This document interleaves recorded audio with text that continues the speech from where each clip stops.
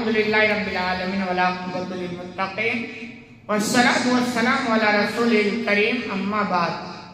باتیں حدیث نمبر 3401 کے تعلق سے چل رہی تھی. حدیث لمبی ہے، انشاءاللہ مکمل ہو جائے گا، جس میں موسیٰ علیہ السلام اور خضر علیہ السلام کا واقعہ بیان ہوا ہے، جس کا نچوڑ ہے کہ موسیٰ علیہ السلام کو خبر لگی کہ مجھ سے بھی زیادہ کوئی عالم، بڑا عالم ہے، تو ان کی جستجو ہوئی کہ میری ملاقات ہو تاکہ ان سے میں کچھ سیکھوں. اللہ رب العالمین نے بہرحال ان کی ملاقات کرا دی خضر علیہ السلام سے. تو معاملہ یہ ہوا، خضر علیہ السلام نے کہا دیکھو ہم جو بھی کریں گے آپ کو صبر کرنا ہے. موسیٰ علیہ السلام نے کہا کوئی بات نہیں، ہم صبر کریں گے. بہرحال چلتے رہے، لیکن موسیٰ علیہ السلام سے صبر نہیں ہو سکا. یہاں تک کہ تیسری بار جب صبر نہیں ہوا تو خضر علیہ السلام نے کہا اب جدائی ہے، اب آگے نہیں بات بنے گی. لیکن انہوں نے جو کچھ کیا اور موسیٰ علیہ السلام کو لگا کہ انہوں نے غلط کیا، تو اب اس کی وہ وجہ بتا رہے کہ میں نے یہ کام کیوں کیا. اس کو آپ سمجھو گے تو آپ کو پتا چلے گا کہ یہ غلط نہیں بلکہ صحیح ہے. اسی بنیاد پر کہا جاتا ہے کہ جب کوئی بڑا عالم یا کوئی اچھا عالم کوئی بات کہے اور ایک آدمی نے کوئی ترجمہ دے کر کے کوئی حدیث پڑھ لیا، کوئی آیت پڑھ لیا، اس کو لگا کہ عالم نے میں جو پڑھا اس کے خلاف کیا ہے. تو کبھی ہوتا نا یار میں تو حدیث ایسا پڑھا تھا اور عالم نے تو ایسا بیان کر دیا، اس کا مطلب وہ عالم نہیں ہے، اس کو پتہ نہیں، ایسے حکم لگا نہیں. یہ سمجھنا چاہیے کہ ممکن کہ میں سمجھ نہ پایا ہوں یا مطلب کچھ اور ہے اور عالم نے جو بیان کچھ اور ہے. تو ایسے جیسا کہ موسیٰ علیہ السلام کے علم کے اعتبار سے غلط ہو رہا تھا تو وہ اٹیک کر رہے تھے، لیکن خضر علیہ السلام جو کر رہے تھے وہ اپنے علم کے مطابق بالکل صحیح کر رہے تھے. تو آگے کہہ رہے ہیں کہ خضر علیہ السلام نے کہا میں کریم ان کی تعویل بتاتا ہوں جو میں نے کیا. قال نبی صلی اللہ علیہ وسلم، یہ واقعہ بیان کرتے ہوئے نبی کریم صلی اللہ علیہ وسلم نے بیان کیا وَلِجْنَا أَنَّ مُوسَىٰ كَانَ صَبَرًا فَقَصَّ اللَّهُ عَلَيْنَا مِنْ خَبْرِهِمَا. ہماری تمنا تھی کہ موسیٰ علیہ السلام صبر کرتے تو اللہ ہم کو ان کے بہت سارے واقعات سناتا. یہ آپ بیان کر رہے تھے اور یہ بیچ میں بیان کیا کہ اگر موسیٰ صبر کر لیتے تو ہمیں اور بہت ساری چیزیں سننے کو ملتی، لیکن موسیٰ علیہ السلام سے صبر نہیں ہو سکا. تو یہ بھی ہوتا ہے بسا اوقات جہاں صبر کرنا ہمیں وہاں صبر کرنا ہی چاہیے، ورنہ نقصان ہو سکتا ہے. حالانکہ اس میں موسیٰ علیہ السلام کی والدین نظر نہیں آتی، کیونکہ ان کا نیچر یہ تھا انبیاء کی صفات میں سے کہ جب ان کو لگے گا کہ ان کے علم کے مطابق کوئی چیز غلط ہے تو وہ ٹھیک کریں گے، یہ ان کا نیچر تھا. لیکن ہوتا ہے کیونکہ اللہ نے ان کو ملاقات اس لیے کرایا کیونکہ موسیٰ علیہ السلام سمجھ رہے تھے کہ سب سے بڑا عالم میں ہوں، تو اس چیز کو ختم کرنے کے لیے اللہ نے ان سے ملاقات کرایا. آگے کہیے ہم اللہ موسیٰ لو کان صبر یقص علینا من امرہما، اللہ موسیٰ پر رحم فرمائے اگر وہ صبر کر لیتے تو ہم کو اور بھی بہت ساری چیزیں سننے میں ملتی. قال وقال ابن عباس، بیان کرتے ابن عباس نے بیان کیا پڑھا وَقَانَ أَمَامَهُمْ مَلِكٌ يَأْخُذُ كُلَّ سَفِينَةٍ صَالِحَةٍ غَصْبًا.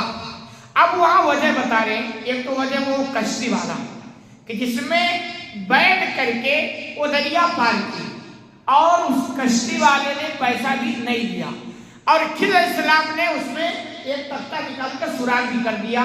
تو اس کا وجہ بتا رہے ہیں کہ چونکہ ان کے آگے ایک ایسا بادشاہ تھا، یعنی کشتی جب کروس کر جاتے، دریا پار کر جاتے تو آگے ایسا بادشاہ تھا جو اچھی کشتی کو وہ غصب کر لیتا تھا، یعنی دیکھتا کشتی ٹھیک ٹھاک ہے، کوئی عیب نہیں، کوئی کمی نہیں، تو کشتی وہ لوگوں سے چھین لیا کرتا تھا. ظالم بادشاہ تھا. تو خضر علیہ السلام کو یہ پتا تھا، موسیٰ علیہ السلام کو تو پتا تھا نہیں. تو خضر علیہ السلام نے کہا اس میں ایک تختہ نکال کر کے عیب دار بنا دیا جائے تاکہ ظالم بادشاہ جو آگے وہ اس کشتی کو چھینے نہ. تو کشتی والے کے ساتھ مہربانی کی، خضر علیہ السلام نے کہ ظلم کیا. موسیٰ علیہ السلام کے علم کے حساب سے تو ظلم ہوا نا کیونکہ ان کا علم یہ تھا، لیکن خضر علیہ السلام کے علم کے مطابق یہ تھا کہ انہوں نے اچھا کیا کیونکہ سوراخ کرنا یہ چھوٹا عیب تھا، لیکن اس چھوٹے عیب کی وجہ سے انہوں نے پوری کشتی کو بچا دیا. اور یہ ہوتا ہے نا کہ بھی اگر دو نقصان ہو اور ان میں سے ایک ہونا ہی ہونا ہے تو پھر انسانی نیچر ہے کہ بھی بڑے نقصان سے بچا جائے اور چھوٹے نقصان کو برداشت کر لیا جائے. تو ایسے خضر علیہ السلام نے اس کو کیا. وَأَمَّا الْغُلَامُ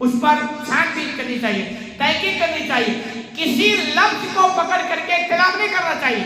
جس نے لفظ استعمال کیا اگر آپ کو لگے کہ آپ کچھ اور معنی سمجھ رہے ہیں تو اسے مل کر آپ معلوم کریں بھائی اس لفظ سے آپ کیا مراد لیتے ہیں، کیا مطلب آپ کا ہے، پھر اس پر فتویٰ لگائے کریں۔ یہ کم علم اور علم مضبوط نہ ہونا اور پلس تشدد، ایک تو علم کم ہے پلس اس پر کیا سختی اور فارغ فتویٰ کر دینا۔ ابھی ایک واقعہ اور میں آپ کو بتاؤں، ہم لوگ ایسے بیٹھے تھے تو ایک صاحب نے کہا آپ کے کان میں اذان کی آواز آتی ہے؟ تو انہوں نے کہا اب نماز کہاں پڑھتے ہو؟ میں تو گھر میں پڑھتا ہوں۔ تو انہوں نے کہا پھر آپ کے لیے صحیح نہیں ہے، کیونکہ اذان کی آواز کان میں آ گئی تو آپ کو مسجد ہی میں پہنچنا ہے۔ میں نے کہا اس میں یہ بھی ایڈ کرو، مائک کی آواز کی بات نہیں ہے تو 5 کلومیٹر دور جاتی ہے، یہ عالم کوئی بات کر رہا اور میں بھی بیٹھا ہوں۔ میں نے کہا جو آواز کی بات ہے وہ نیچر آواز، بغیر مائک کے اگر آپ آواز اذان دے رہو اور یہ آواز اگر آپ کے کان تک پہنچ رہی ہے تو آپ کو پہنچنا کمپلسری ہے، کیونکہ نبی کے زمانے میں تو مائک تھا نہیں نا، تو نیچر والی آواز کی بات تھی۔ اور آج مائک کا معاملہ یہ ہے تو 10 کلومیٹر دور جاتا ہے تو کون بچے گا؟ تو میرا منہ ایسے دیکھنے لگے۔ تو میں مطلب کیا مطلب ہے کہ علم مضبوط نہیں ہوتا، اس کا مطلب نہیں کہ میں بھی چھوٹا ہی عالم ہوں، لیکن ہم کیا کرتے ہیں تھوڑا سمجھتے ہیں، کسی سے سنتے ہیں، پوچھتے ہیں، جانتے ہیں، پھر جا کر کے مسئلہ مستنبط کرتے ہیں۔ تو ہمارے یہاں ایک بہت بڑی کمی، ایک تو اردو پڑھ کے مفتی بننا، پلس عالم جو علم مضبوط نہیں ہوتا ہے اور اس پر تشدد ہوتا ہے تو بہت سارے اختلافات اور غلط فہمیاں ہوتی ہیں۔ اللہ رب العالمین سے دعا ہے کہ الہ العالمین تمہیں کہنے سے زیادہ عمل کرنے کی توفیق عطا فرمائے۔